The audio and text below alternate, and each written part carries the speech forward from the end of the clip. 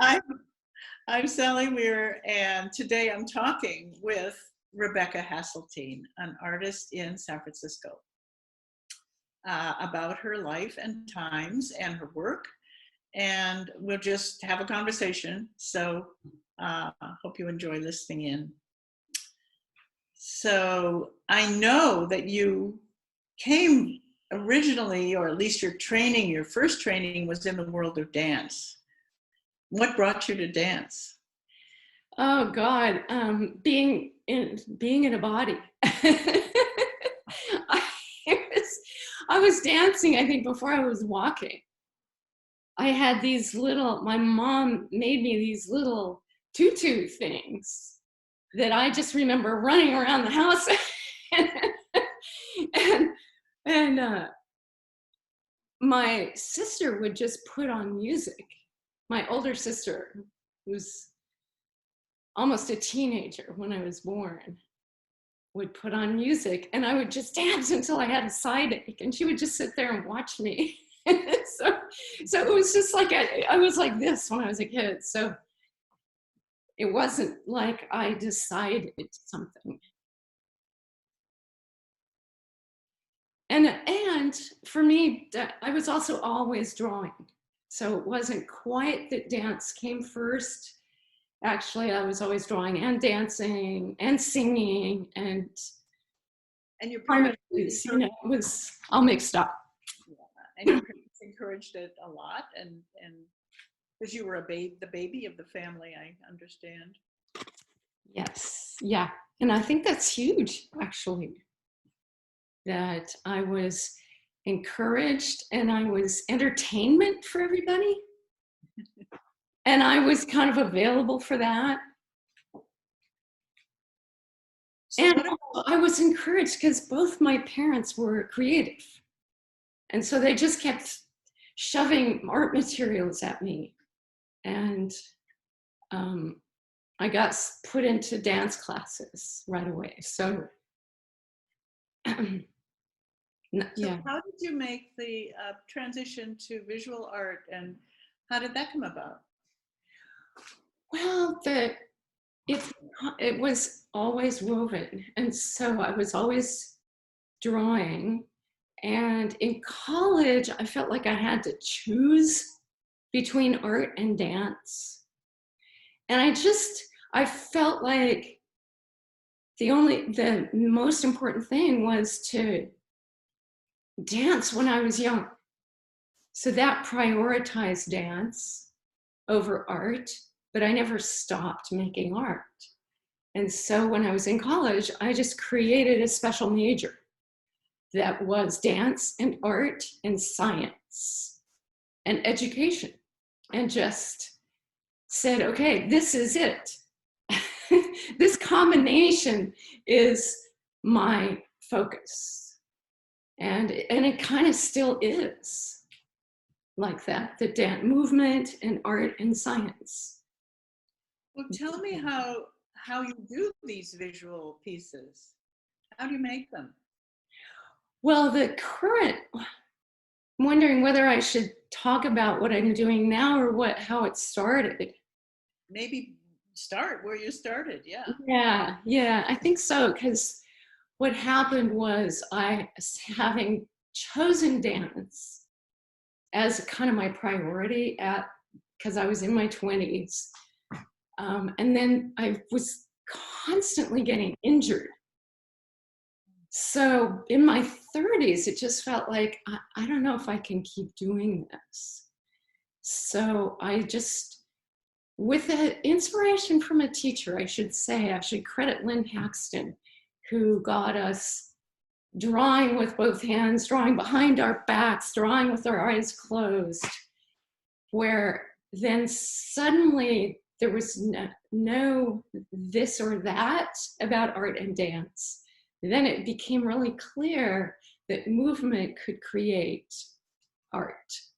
And so I got myself a tiny studio and giant pieces of paper bigger than I could reach, and just started doing this for a long time. Actually, I'm still doing it.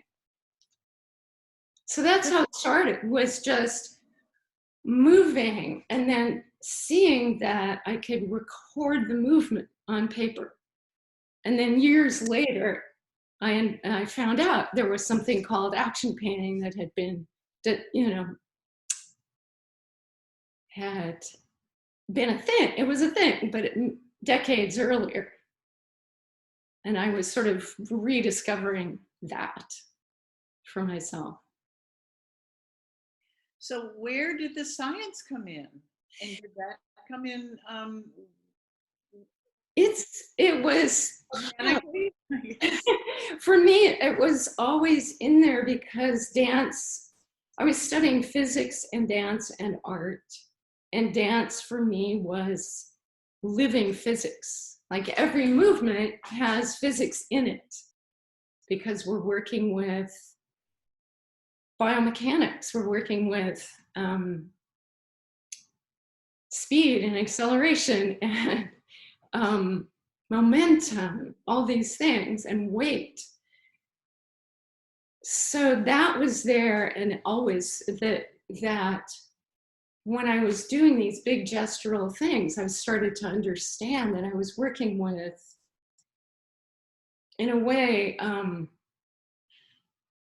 don't know how to describe it, but like pendular marks, where I was recording that it was physics. It was physics and geometry that were happening and then getting recorded on paper at first.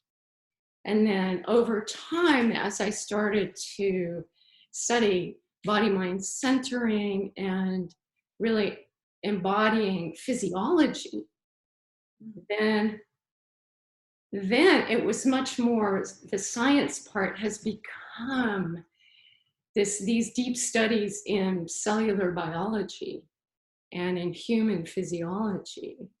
And a lot of my current work taps into those sources from an embodiment place. You made your living, or have been all these years, using your knowledge of the body. Tell me about that. What was the training, and who were your students? Well, it's been kind of mixed. It began, it's hard to know how to say where it began, but studying body-mind centering began because I had been applying to grad school to get a master's in fine arts, and I had a lot of ambivalence about going to school for art. I did not want the rawness in my work to get destroyed by art theory. I just wanted to keep kind of the naivete and the rawness in what I was doing. But I felt like I ought to have an MFA. Well, nobody accepted me. And then I found out about the School for Body-Mind Centering and spoke with Bonnie Bainbridge Cohen, who is the founder of that work, and had zero ambivalence about doing that study. So then that was a 4-year study and practice that felt for me like it was research for my artwork. And it has been, but it also eventually gave me ways to earn money. So I started a bodywork practice, which is a touch practice that's similar to massage, but different also. So using my hands, worked for 15 years with children with physical disabilities, and ended up getting a job with the Bridge School, which is a school for children with physical impairment and language impairment. And I was their dance teacher, their art teacher. We did music, theater. And because of my grounding in somatics, in the body, in movement, and in the senses, that I brought sensory integration into everything that I was doing. And so that all my art classes with these kids were really multi-sensory experiments. So it was kind of particular, sort of my slant in that work. And there was a real conversation between working with the kids and then the kind of work that was coming out in my studio at that same time. Because when you really start to understand what it's like to live with limitations, because these were kids with real physical limitations in movement, I felt like they helped me understand the body in a different way. It also helped me understand the human spirit, us, in a really different way. And so it was quite inspiring to me. And you also work with adults? Yeah. In the same way? Yeah. So I've worked one-on-one with adults, doing body work, working with a lot of injury rehab and also strange neurological stuff. And also I teach classes in body awareness and embodied movement, and I'm still teaching. Sounds terrific. To combine all your interests in one area and then make a living. That sounds really inspiring. Well, I'll just say it hasn't been easy. I don't recommend having two careers, but it's what I've been doing, and they really do weave together. And recently, then the selling of the artwork has increased, and so the artwork is generating income now. So it's it's juggling acts. Yeah, juggling.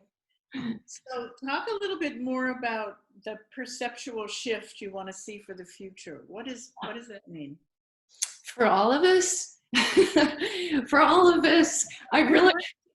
With the earth as well. You work with estuaries and waterways and other kinds of things besides the body, or the body of the earth, I could say. So how does that fit in with, I don't know, a worldview, I guess is what I'm asking. Yes, thank you for the question.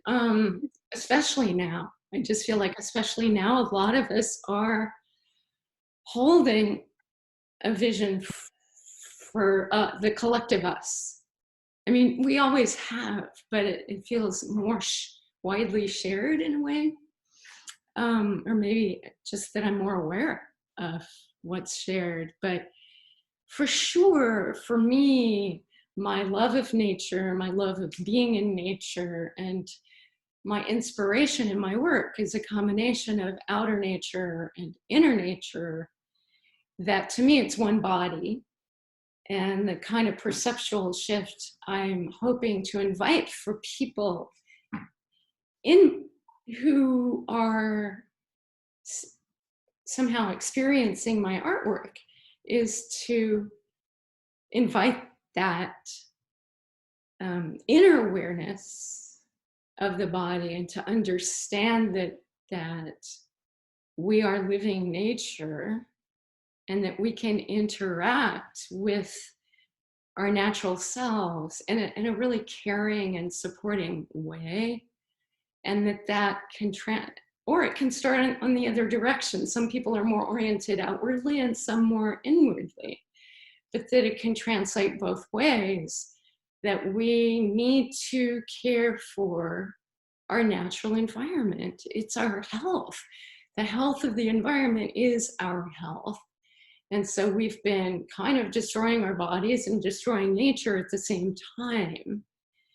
And both have to stop. I mean, we really have to reorient around how we live.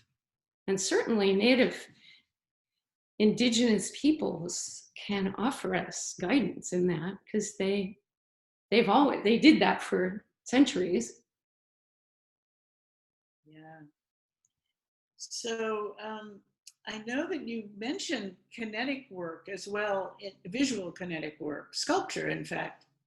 What does that entail?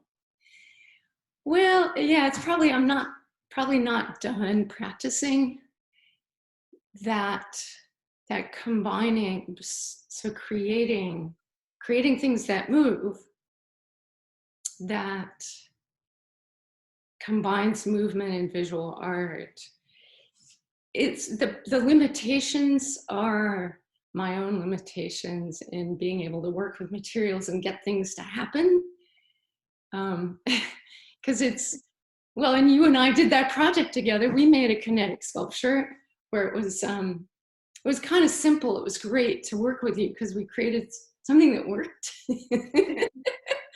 Gravity. Yeah, it had sand in it, and then you added water, and you could tilt this table and make your own natural water sand patterns. That was one of the more successful things because I had help. But I had. You filled a room or your studio with hanging things that swung like pendulums. That sounded really interesting and fun. It was interesting because it was working with physics, Yeah. and they were just river rocks hanging on these thin cables. And so if you get each one going, then each one has a different pathway. And then when you watch it, then you see all these different timings together. So it's musical, actually. There's, all these, it's a polyrhythm. I was creating a visual polyrhythm. So I took up my whole studio with these swinging rocks. And then I couldn't get anybody I couldn't find a venue for it. So I just set the project aside and no one ever saw it. Except me. Well, speaking of seeing things, could you bring the camera in the computer close to one of your pieces, because they read so differently, very close. I'd like to be able to show people that. Yeah. I'll just go here. Detail, yeah. So can you see the whole piece? Yeah, well, no, not, but that's okay, because I could see part of it. Yeah, because the ink, you're using ink now on what? This is Mylar, so it's a frosted plastic. And it's a mix of colored pencil, ink, and of course, water. So water is continuing to be one of my main materials, which is, it has its own voice. Right. And so light will come through these if you hang them in a window, obviously. That would be so you can see that here. There's light here. Yeah. Is it too bright? No, that's really good. Okay. I mean, there's a shadow, but I can see plenty there. But you've also decided to draw on them as well with marker or pastel. Pencil and ink. Yeah, so I'm drawing somatically. And so that means I'm drawing with both hands and I'm drawing often with my eyes closed. So that way I'm drawing from my inner experience of my body, and I'm just recording experience rather than describing what my body looks like or describing an image I have. It's just drawing from internal sensation. So it gives this really interesting, weird line that I can't get. As soon as I open my eyes, then I'm controlling the line. And that's less interesting to me. So it's almost a chart of the activity is what you're making, or it's sometimes it is. Sometimes it's like an oscilloscope, but sometimes I guess this is also like I don't know, like a heart monitor or something. You know, that kind of line that's just sensitive to a movement. That's an internal movement or an internal structure. But everything's movement. Yeah, everything's movement. It reminds me of poetry because you're kind of leaping between sensations and it isn't logical in the sense of making sense, but it has its own sort of aesthetic energy and beauty, really. Unusual, but really wonderful. Thank you. So tell me more about your next project, if you have one going. Are you? But my hope for my next project, it's always the most interesting one, is the one that hasn't quite happened yet. So my next project is, I really want to focus on trees, and in particular their root systems and the relationship between roots and the whole soil microbiome. I feel that I'm very interested in the human microbiome and the soil microbiome. And in particular, we're learning so much about the way trees communicate with each other, and the way different, like the way fungal beings communicate with tree roots, back and forth. That underworld of trees is intriguing to me, and I don't know exactly how I'm going to work with that, but that's sort of my seed material right now. I saw the other day some pictures of how trees are so sensitive to where the other one comes in a forest, that is, when they're in a group, that they often leave these wonderful patterns in between so that light can get through to their neighbors, which is a group sensibility or sensitivity that is remarkable, and something that could teach us maybe for the future. Yes, please. Yeah, I feel like I have a lot to learn from trees, and I climbed trees a lot when I was a kid, and kind of want to get back to climbing trees, and just learning from them and learning about them. And I'm not sure what kind of artwork is going to come out of that. Well, I love the fact that you're so experimental and open to the next thing that happens, and I hope that all goes well in the future. Thanks.